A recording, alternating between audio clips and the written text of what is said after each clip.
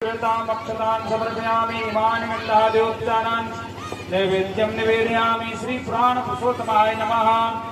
प्राण पुरुषोत्तमाय नमः। थोड़ा द्रव्य चढ़ाओ, भेंट चढ़ाओ यहाँ। प्राण पुरुषोत्तमाय नमः।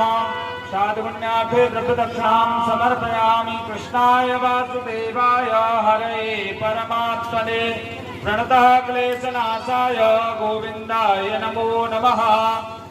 नमो सुरन्ताय सहस्रमूर्ते सहस्रपादाय सूरभावे सहस्रनाम्ने पुरुषाय शाश्वते सहस्रकोटियुगधारिणे नमः।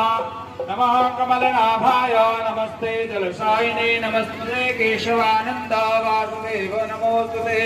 व्यासाय विष्णुरूपाय व्यासरूपाय विष्णवे नमो वे ब्रह्मणदे वासिष्ठाय नमो नमः। व्यासाय नमः। सकलोपचारार्थे गन्धाक्षतपुष्पाणि समर्पयामि नमस्करोमि।